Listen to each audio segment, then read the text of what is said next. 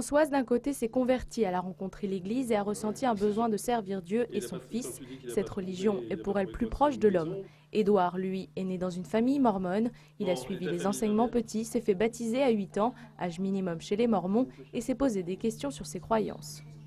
Vers 14-15 ans, j'ai commencé vraiment à me poser des questions et à savoir si je voulais continuer à aller à l'église et que j'y allais pour moi ou si vraiment j'y allais parce que je suivais mes parents.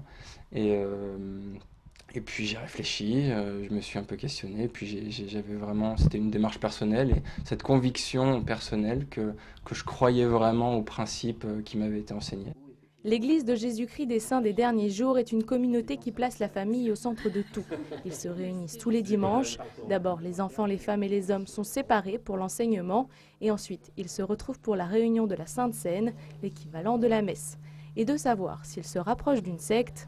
Les sectes sont généralement des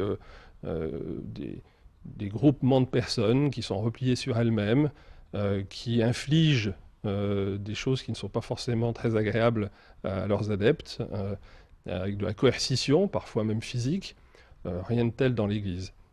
Les Mormons ont tout de même des principes caractéristiques de la religion.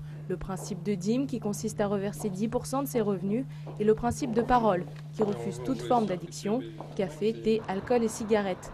Pas d'icônes, de croix ou de fresques ostentatoires dans l'église, juste ce portrait du Christ à l'entrée.